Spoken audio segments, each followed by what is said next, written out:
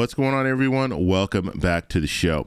So today we're going to take a look at the cost of living for 2024. We're going to start talking about this because this is something we also need to be focused on. With everything else that's going on right now, we still need to be focused on COLA for 2024. And will we see a COLA at all for 2024?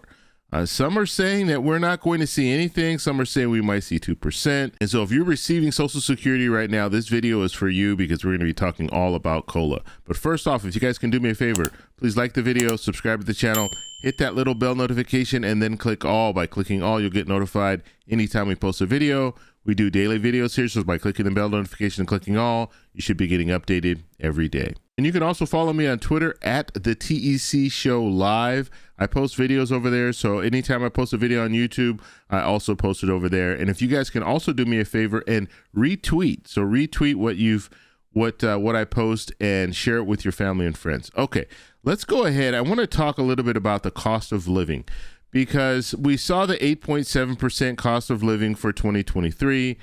And now we're going to be looking at a cost of living, or COLA, of maybe 2% or less when it comes to 2024. And that's only because inflation was at an all-time high in 2022. And so when they calculated those numbers, we saw that 8.7.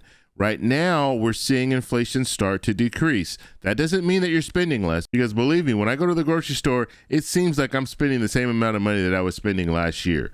And in some cases, I am. So when you're looking at the different categories, it might look like, okay, well, inflation's going down, but in certain categories, inflation is actually rising. And we saw that with eggs just a couple of months ago, where it just shot up through the roof. So if you're going and you're buying eggs and things like that, you're spending more. And then anything that eggs are in, the price goes up for those items as well, because they're spending more to purchase eggs just like we are.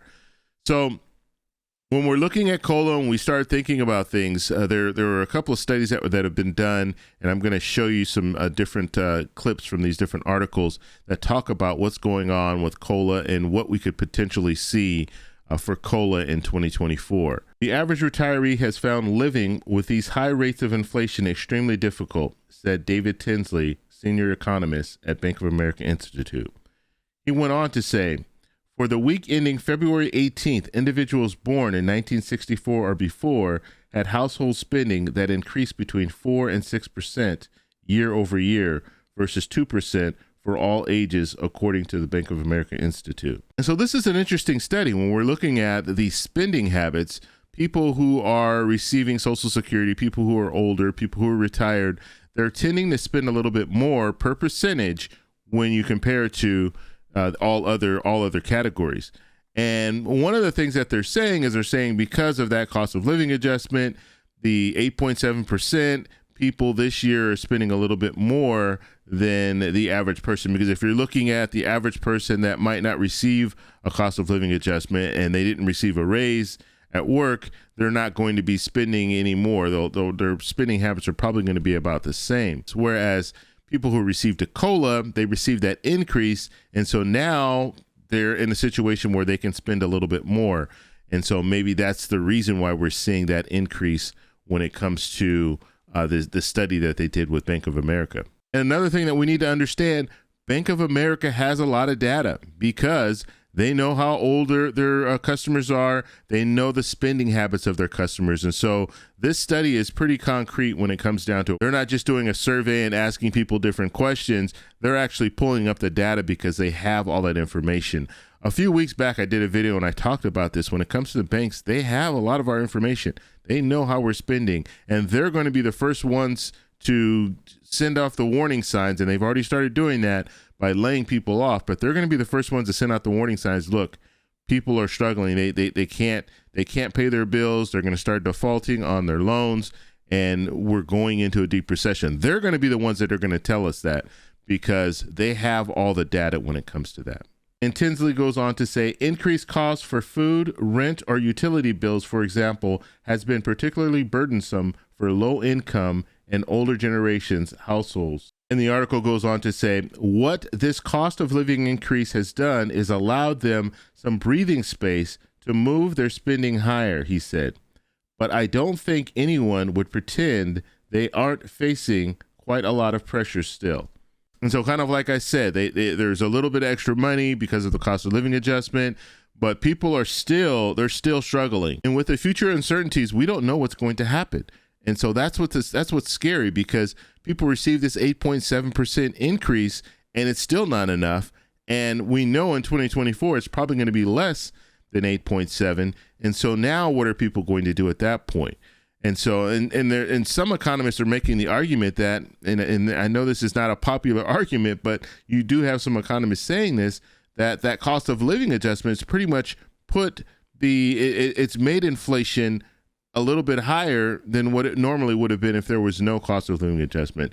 Basically, what I'm saying is, when you're looking at the spending habits, if people are increasing their spending, that means inflation is going to stay where it is. It's not going to drop very much. And that's why the Federal Reserve is trying to basically shock the economy, shock the system in order to cool it off.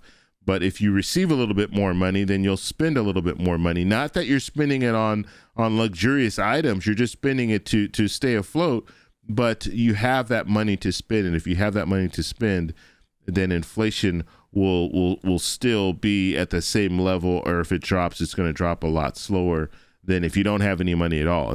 If none of us had any money and none of us were spending money, then the people who are selling products, they have to drop their prices because no one's buying anything. Now, the Senior Citizens League, they did a survey, and in this survey, they found that respondents carrying credit card debt for more than 90 days increased to 44% as of the first quarter, up from 35% in the third quarter of 2022. And so you see, credit card debt continues to be a problem, and that is something also that we need to be paying attention to. Credit card debt right now this is not the time where you want to have credit card debt, because the interest on the credit card debt right now is 20 to 22%, and in some situations it's even higher than that. So if you have credit cards right now and you have the ability to pay them off, please pay them off, because carrying that, you're just paying a lot more. I mean, let's say you have $100. Well, 22 of those dollars is going to just interest, and then it's not even going to pay off your credit card debt. So if you're paying that minimum balance, you would pay, let's say you're paying $45. Well, 22 of those dollars is going to the company. It's not even going to paying down your debt. So that's why you need to focus on, when it comes to credit cards, pay them off. If you can, pay them off. And the Senior Citizens League also stated, right now, it looks like the COLA for 2024 could dip below 3%. And quite frankly, if that trend continues, it could go even to 2% or less. And so, like I said, the prediction right now is that COLA, we're looking at COLA at 3% or 2% or less. We could even see a situation where there's no COLA at all. So the only good thing when it comes to COLA is COLA can't go negative. So if it goes to zero, it goes to zero, but you're not going to be in a situation where the Social Security Administration starts pulling money back from you and say, okay, well, it'll be minus 5% or something, where they're going to take 5% back from you. So once it hits zero, it's going to hit zero. But there's a very real possibility that we could be looking at 2% or less. We could be looking at zero when it comes to COLA. And so when it comes to inflation, like they were saying, if it comes down slowly, then you might see a cost of living adjustment. If it starts coming down faster, and the predictions, it's going to be around 4%. Or 3%, and the Federal Reserve wants to get it down to 2%. So if the Federal Reserve can get it down to 2%, people receiving Social Security, you're not going to see a COLA for 2024. And so we're going to have to follow and see where it goes. But I mean, the good news is that inflation's coming down. It's coming down slowly, but it's coming down. Now, that could affect your COLA for 2024. And remember, they're taking the CPI-W, and they're taking that information from the third quarter. So that's July, August, and September.